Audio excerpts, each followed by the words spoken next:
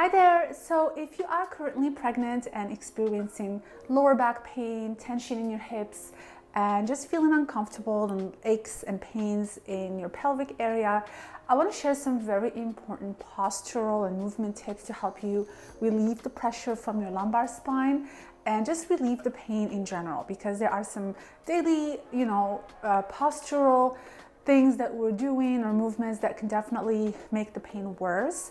And there are things that you can do about it to reduce that pressure. The first thing I want to share is your neutral posture. So whether you are walking or standing, make sure that you are not anteriorly rotating your hips. So what that would look like is you're gonna have that arch here, and as your belly grows, then it pulls forward on your lumbar spine, and that puts even more pressure on your lower back muscles. So that can create more tightness, and it can create more pain, and also it will put more pressure on your spine, which can also cause some sciatica. So instead of just kind of letting your belly pull you forward as you're walking or standing, I would suggest that you try to just maintain a neutral posture by having your shoulders back and just kind of pulling your belly in a little bit, so that you don't have that overarch as you're standing here. So you just want to bring your belly in, a little bit of a glute engagement here, and you can definitely do a little bit of core engagement as well. So just a little bit of, engaging the abdominals to maintain that posture. When you are walking, the same thing applies, but I just want to share here that when you're walking, try not to lead with the hips, because that can put more pressure on your pelvic area and your hips, because they have already more weight on them.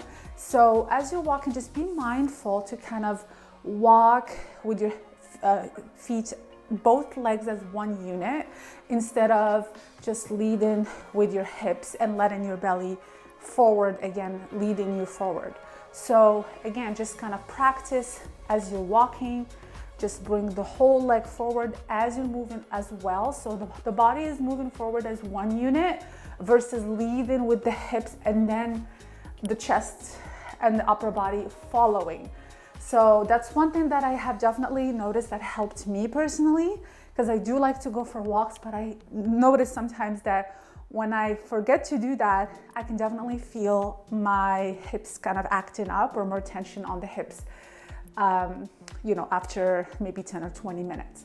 But when I kind of try to reset my posture and try to walk as one unit, then that definitely reduces the pressure on the hip joints.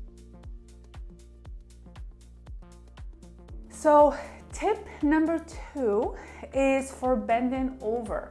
So when you are bending over, even when you're not pregnant, it can definitely cause some chronic lower back pain. It can throw your back out if you're not doing it right. So I've shared on this channel many times how to bend over through the hip hinge technique, which is pushing your hips back, slight bend at the knee, keeping your back straight, core and glute engaged. But of course, as your belly grows, this can definitely be a little bit harder to do. I still recommend that you do the hip hinge whenever you can, especially during the first and the second trimester, when your belly isn't as big and you're not as uncomfortable bending over. So again, the same thing applies here. Just neutral spine, back straight, shoulders down. You push back with your hips instead of leading and rounding the back. So always initiating the movement from the hips, pushing the hips back as much as possible, keeping your feet planted on the floor. So make sure that you're not lifting off your toes, and keeping some of that core and glute engagement as well for more stability. So this is, of course, a safer way to do it, so that you're protecting your spine. So this will help you do it properly without hurting your back. Again, you're using the core and more of the glutes now to help you with load. As your belly grows, it can definitely feel a little bit more uncomfortable bending over, even with the hip hinge exercise. So One amazing technique that I have noticed that's helped me just kind of still be able to bend over, especially for smaller items, lifting smaller items, is the golfer's lift. So I have shared that before on this channel again. So I'm going to put an item on the floor just to kind of demonstrate. So you can definitely use a wall or a chair or something like a heavy item around you for more support. But you're basically going to still hinge at the hip, but we're going to lift that back leg, just kind of lift it back and then lift the item. You can of course use your hand to grab on the wall or a chair for more support. But I have noticed that with the golfer's lift and having that back leg, throwing it back like that, it just creates kind of more space for you to bend over, and you don't have that hip still here restricting you from bending over, because as your belly grows, you may notice more restriction. You can't get past a point, but as you're lifting that left leg backwards, you create that space while still doing it properly and still, you know, doing it with the hip hinge technique.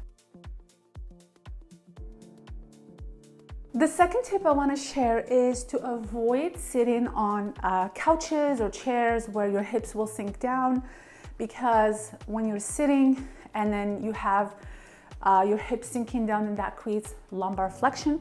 So what that means is that you're going to start rounding your lower back, which we want to avoid, and that can put more pressure, compresses the spine, it can cause sciatica. So what I would recommend is to stick to firmer surfaces, or you can definitely elevate your surface. So if you notice that your chair or couch is not as firm, you can place a cushion on it, or you can fold a blanket and put it on top. This also elevates your hips a little bit more. When your hips are higher than your knees, even slightly, that can, it breaks the tension in the hip flexors. So it puts them in more of a lengthened position versus just being in that 90-degree or more, where your hips are again sinking, which puts more tension in the hip flexors. So when your hip flexors are more lengthened, there's less tension on them. And what that means is that is going to help you with posture as well. When the hip flexors are not that tight, then you can avoid that anterior pelvic tilt, and you also avoid putting pressure on your lower back. So if you can, elevate the surface you're sitting on and just try to make it just a little bit firmer. The next tip is to use a lumbar supports whenever you can, even when you're not pregnant. This is a tool that I've used for years.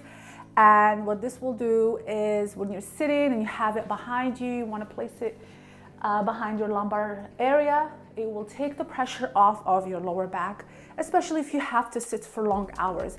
It's just going to help you be in good posture, especially if you have to sit for more than 2 hours a day. And you can place this in your car as well as use it with your chair. And it's just a really great tool for helping you have proper posture and taking the load off of the lower back. And it really helps a lot with sciatica as well. The next thing I want to share is the use of a bolster, especially when you're sleeping. So I'm going to demonstrate here how you can use this to roll over. And I really like using the log roll technique for rolling over, because you know, as again your belly grows, you want to make sure you avoid any crunching of the abdominals to avoid the ab separation that some women get. So this really reduces the tension on your abdominals, and I will demonstrate here how you can roll over using a bolster, or you can of course use a pillow. But I would recommend doing that. Another thing also is the bolster helps you to maintain good spinal alignment when you are sleeping on your side. So I've shared this before, but I absolutely love having the ability to hug a pillow, or a bolster is great for that, because it takes the load off of your neck, your upper back, and also your lower back. It just maintains that spinal alignment as you are sleeping on your side. You can avoid just unnecessary tension in your upper body, shoulders and neck. All right, so if you're sleeping on your back or even on your side, instead of just kind of getting your body up, crunching your abdominals, which can just be very uncomfortable, what I would recommend is that you roll over to the side and you push with your hand up to get you up. So if you have a pillow or a bolster, you can use that, which I have found to be really, really helpful. So again, you kind of bend your legs first, you roll over, and then if you have a pillow on the side or a bolster, you can push against it to get you back up. So this is a really great technique, and it's really helpful to help you get out of bed really easily and without, again, the use of your abdominals. The next tip I want to share is to do pelvic tilts. So pelvic tilt exercise is really great for taking the pressure off of your lumbar spine. So again, if you can do this on the floor or also on your bed. So what we're gonna do is just tilt the pelvis forward, taking deep breaths and back.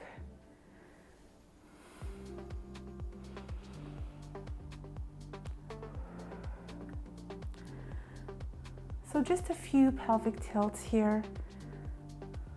If you are able to go on your back, of course. And again, we're not doing it for that long, so you can just do it for maybe 10 to 20 seconds. It just helps to engage your core, engage your pelvic floor muscles, and just this movement in general releases tension from the lumbar spine.